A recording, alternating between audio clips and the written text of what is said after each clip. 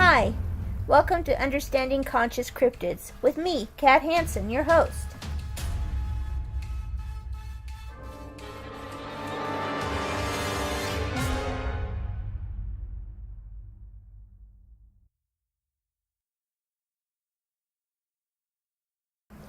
Hi everyone, it's me, Kat.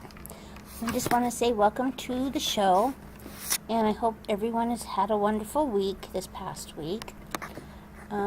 I really kind of wanted to just stop for a minute before I continue on with the lessons and talk about something that's really kind of been eating at me. And when I say eating at me, I mean really bugging me like crazy.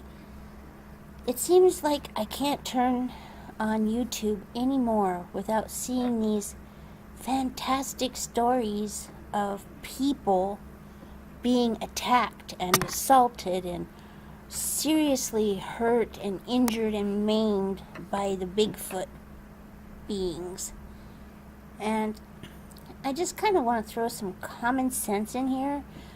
Don't you think that if an attack took place on a river where other people fish and hunt, in this day and age, don't you think that they would be grabbing their cell phones and taking pictures of this person supposedly being attacked by a Bigfoot? Or maybe even they would run forward and try to help them. You know, I just want to throw some logic in here for a minute because it's really been bugging me. It seems like these stories keep getting more and more fantastic. You know, someone gets their arm ripped off, someone gets half their skull, caved in, somebody else got their scalp ripped off. I'm just like, come on, people. If this really and truly happened, I can see the federal government going in there, but I'm like 90% certain that they don't have the little MIB, Men in Black pen that they can hold up and make everybody forget, because it's just too animated in this day and age. People are connected every single place, everywhere. And word of mouth in a small town, even a large town, say they had 100,000 people living in this town, they still would hear about it at the local hospital, from the ambulance workers, from the EMT workers, and the ambulance drivers. They would hear about it from the doctors. Think about this, okay? We can't even keep a celebrity movie star's entrance into a hospital secret, okay? That's just them going in to get plastic surgery done. What do you think would occur with the media if a person was truly to have done to them what they are claiming on some of these sites and these videos? Because I really am starting to get annoyed. At first I was just about it. People are going to say what they're going to say. And then I started getting downright angry about it, and now I'm just disgusted with it. It's like they'll do and say anything to make $1 for a story to sell. And I'm sorry, but I don't even use those tabloids that these stories pop up in. I don't even use them for my cat box room, okay? Seriously, they're just garbage. And to think that people are putting these stories up on YouTube and claiming that they're real. I mean, people have a hard enough time with the fact that I alone interact with my Bigfoot troop, okay? Not to mention other habituators out there. But I've always said, you know what? I have proof to back it up. Okay, I take pictures. I've also given out the vocabulary that they use, their language, and people who use it find out that, hey, Cat isn't full of crap. You know what? These words work. This is part of their vocabulary. And I put that out not to gain attention, but to let people know that this is a type of being, almost a person. Okay? They are not these horrific animals that everyone is portraying them to be. Okay, that's the Bigfoot beings. The other ones that I want to talk about are, for instance, the dog man, or the owl man, or the cat people. You know, everything I say here has a man or a people in their description. Okay? That's there for a very good reason, because some of these cryptids actually have human-like attributes, as in walking upright, or having hands with fingers or claws on their fingers, Their feet, in some instances, look very human-like, but they are not human because they have the different arches and the thick sole pad on them.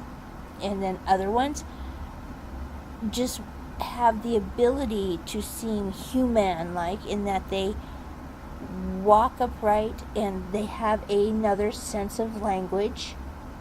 And then there are the other weirdies that come through, like I've discussed before, the big werewolfy types that end up wearing some type of pant, shredded pants and a flannel shirt that's shredded, it looks like the Hulk went through it.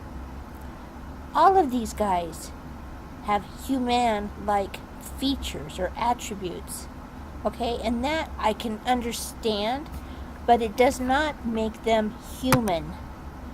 And that is what is kind of getting on my nerves, is people want to attribute certain emotions and actions to these beings, where people need to understand is that they are human-like, like being the operative word here. They are not 110% human, such as we.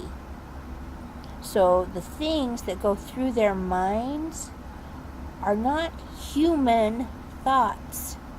They are similar to humans, but they are not human. They are human-like. And I know I'm emphasizing the man there because I really want people to understand the difference between a monster and a human-like being. Okay? I've talked about the Ophi, which are the smaller dogmen. Notice the plural there on men. Man. It's men. Dogmen. Okay? These guys have their own language. In some instances, I know that they have learned human speech, and they understand it. But not all of them have done this. Okay, then we get to the Bigfoot beings. Okay, these guys have their own language, their own history, their own belief system. So to me, this makes them very human-like. Okay, you've got the dog man, which people use to describe the big werewolf guy. You've got the goat man. Okay, these guys are a completely different set of beings. And yes, there are good ones and bad ones, but predominantly these two races right here are not very nice, okay? They don't want to have contact with humans, not that I have seen. They tend to terrorize and want people to leave them alone. So, for people to be saying that they're encountering them left and right out in the forest is really kind of humorous, if not annoying to me. I mean, we need to stop pandering to the lowest form of content here just to get ratings. People need to understand that if you advertise yourself as a cryptid researcher or a cryptid encounter specialist, whatever you want to call yourself, I think my own personal belief in this is that you should be operating with honesty and integrity. You should not be out there pandering to scare tactics, gossip, and just flat out falsification of stories. Because if you think about it, in the real world, everyday world, that's what I'm talking about, people. Go to work 9 to 5, meet your neighbor, go to the store, go to talk to your pastor, the whole 9 yards. You conduct yourself with a modicum of decency and integrity. And the last thing that you would want for your peers to think about you is that you're nothing more than a huckster. You know, someone that is almost akin to the publisher of the National Enquirer. I mean, that's the level that I feel like some of these people are putting themselves on. You know, they want to know why the cryptid research isn't taken seriously. Well, if you go on the internet and you look up and you see Joe Blow is interviewing another person who's had an encounter, and this person is drunk off his mark, he's slurring his words, and he can't even think about what he's trying to portray, and you really sit and listen to the man that's being interviewed, and you hear that he's pretty much making it up as he goes along, then that makes you no better than the National Enquirer, because you're doing that just to get attention for yourself. And this is a real pet peeve with me, because we really need to have Bigfoot, Sasquatch, Ste'ye'mah, Oma, whatever you want to call them, we need to have them documented and understood. We don't need to have the world running around with guns, shooting at things that they think could be a Bigfoot that might come and get them. You know, because I want people to go back in history and really look for themselves to see how many encounters have ended in death.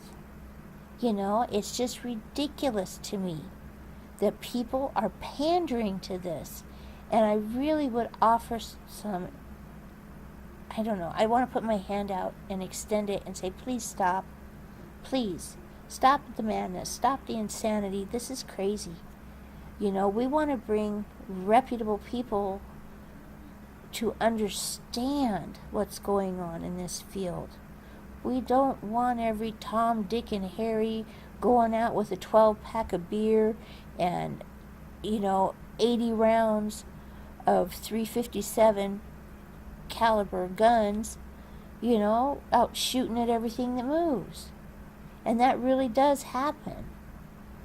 So that's just my 2 cents for the day on that subject, because it's really been bugging me.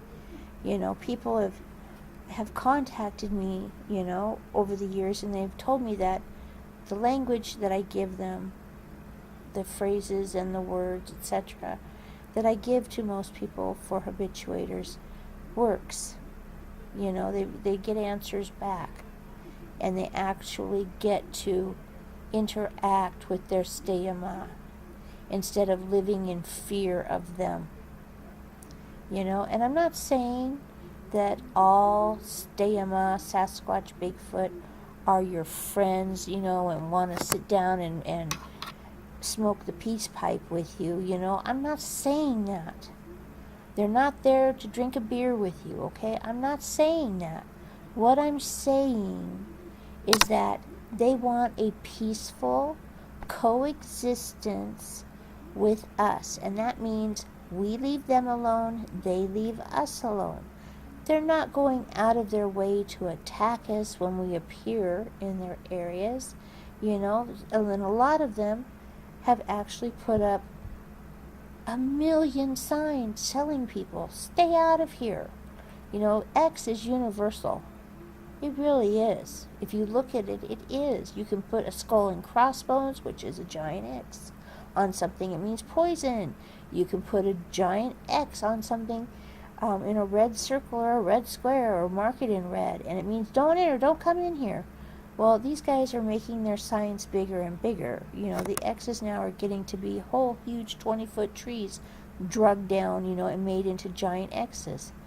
Okay? And that's for Mr. Man out there who doesn't realize that what these giant X markers are on his property. They mean don't enter. They're letting you know that they are there and they don't want to have contact with you. I've said it before and I'll say it again. They will initiate contact. If they want to have contact with a human, they will initiate it. Believe me, there's no way that they can be avoided if they want to initiate contact. You will find all sorts of gifts and little things, marking where they've been and what they've done. So people really need to look at stuff, I think, with a little bit sharper eye and a little bit of a BS meter effect on these stories, because they're getting out of hand. They really are, and it's not helping our cause in any way, shape, or form. It's actually doing damage to all the work over the years that people have done, for their own private research, etc. They're actually having damage done to every single piece of evidence that they've acquired, because it's being looked at under close scrutiny by the rest of the scientific world, and they're weighing that against all the craziness that they're hearing right now. And it makes for all the rest of the people who are in this field to be unaccepted and their credibility questioned. And it really sucks to have that happen to them. So that's what I wanted to say on that subject. Sorry it was a rant, but I felt like I had to say it before I went ahead and taught any more lessons. I thank you guys, and I hope everyone has a wonderful week ahead. And I'd like to say thank you to my patrons. I really do appreciate your donations. Thank you, and everybody have a wonderful week.